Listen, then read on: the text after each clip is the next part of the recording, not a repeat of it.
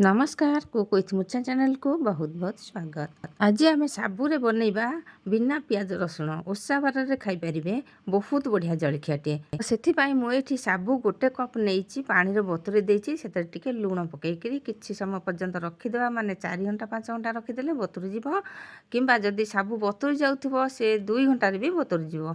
साबुरे बतुरेला बेले लुण पकईदेले साबु आ अलणा बिल्कुल भी लागबनी तार टेस्ट बढ़िबो।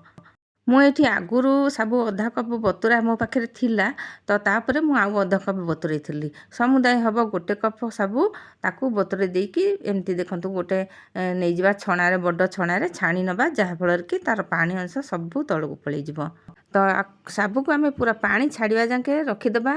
ताकू देखंतु ये पूरा गोटी गोटी हो जाए छाणी सारी किसी समय रखी तापर देखंतु पूरा सब गोटी गोटी हो जाए तले जो टिके टिके पानी थी पुणी किसी समय रखीदे से पानी छाड़ी तो ये मुझे कि गोटा मुग पानी बतुरी देती आगुरी बिलाती कंचा लंका आउ नड़िया कोरा आउ यहाँ हूँ सीझा बादाम। देखंतु ये सीझा बादाम को मुझे छड़ेकी तार मंजी नेबी। सीझा बादाम आमर खाइले हजम हुए बिल्कुल भी पेट फेट खराब हुए तो ओषा बार सीझा बादामटा बहुत बढ़िया हेल्थ पाई। पाखरे जदि एमती कंचा बादाम अच्छी सिझेकी नहीं पारे ना स्किप करें। आउ ए बादाम को छड़ेकी मंजी को बाहर करके रखी नबा। आज रेसिपी जदि पसंद आसी प्लीज दर्शक बंधु चैनल को सब्सक्राइब करनी पाखे बेल बटन रे दबातु ऑल मध्य सेलेक्ट करूँ जहाँफल कि मुझे आगक जो वीडियो पकेबी एमती नुआ नुआ रेसिपी पकेबी आपण पाखे सर्वप्रथमे पहुँची पार। आउ ये देखो कि बादाम नहीं भजा बादाम ताकू गुंड करके आमती खंड खंड करके रखीदे बेसी पालिश करवानी पालिश करदे कौन हम ना सी पूरा तेल भाया होगी अठा अठा हो बादामटा तापर ये जो साबु छाणी ताकू नबा पूरा साबु झुरझुरा हो जाए से बादाम गुंड को से भल भाव में मिसेबा।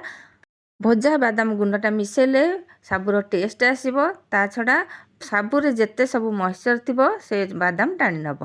तापर ये धनिया पत्र किछि काटिकी आपको भल भाव में गोली नबा। ये आपण मैंने बिल्कुल भी लुण पकेबेनी कारण आगुरी साबुरे लुण पड़ी। दर्शक बंधु आज रेसिपी जदि पसंद आसो ताहले लाइक गोटे निश्चय देवे कमेंट रे मध्य जणेबे। तापरे एठी आमे किछि नबा गोलमरच गुंड आमर बहुत बढ़िया बैलेंस करिवो टेस्ट को। तो देखंतु ये गोलमरच गुंड मु छोट चामच रे गोटे चामच नहीं यहाँ बड़ चामच किंतु मुझे छोट चामच रे गोटे चामच पाखापाखि अनुमान करके कहूँ नहीं तो ये भल भाव ताकू मिसईदबा ताकू साइड रखा जा आम गैस पाखक गैस रे कड़े देखंतु से जो मुग को बतई अल्प पानी देकी टिके बसईदबा सी सिझुथबो। तो ये आम कौन करवा टिके घी दबा घी देले पूरा टेस्ट आसो घी नथिले कंचा रिफाइन दे पारे। तो घी तातीगला मुझे जीरा लंका पकईदेली भेसुंग पत्र पकईदेली आउ ये काटी किसी कंचा लंका पकईली लंका आपड़ पकईबे राग जी खाइबे पकईबे ना मुझे गोटे इंच पाखापाखि अदा छेचिकी नहीं पकईली जदि अदा कंचा लंका पकईबा तार टेस्टा बहुत भल आसे। घी तो ये ताती अदा पकईला माने सांगे सांगे हो अदा को बिल्कुल भी लाल करवानी। तो तापर आम पकईबा ये बिलाती बिलाती पकईकी भल भाव टिके भाजी नबा। गैस रो फ्लेम को पूरा हाई करें कि लो करें मीडियम रखिथे।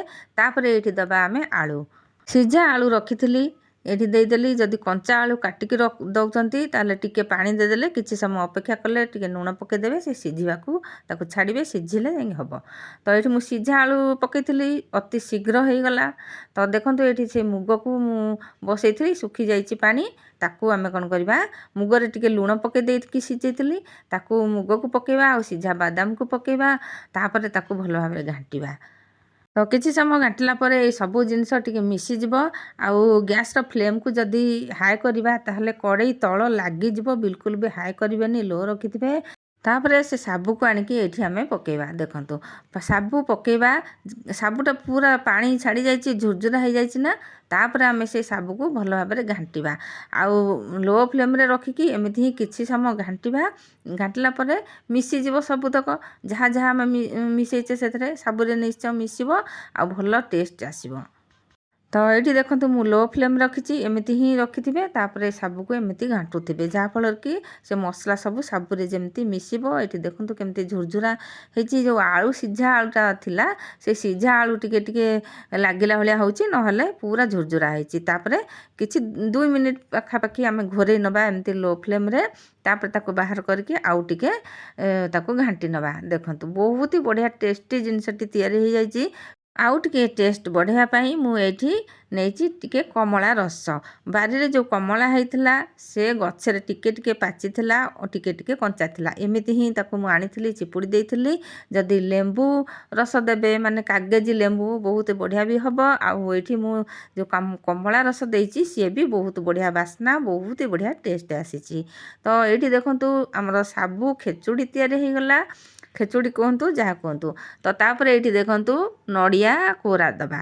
ଯେଉଁ ନଡ଼ିଆ କୋରା ରଖିଥିଲି, ନଡ଼ିଆ କୋରା ଆମ ଟେଷ୍ଟ ଅନୁସାରେ ଦେବା। ଯେତିକି ନଡ଼ିଆ ପସନ୍ଦ କରନ୍ତି ସେତିକି ଦେବେ।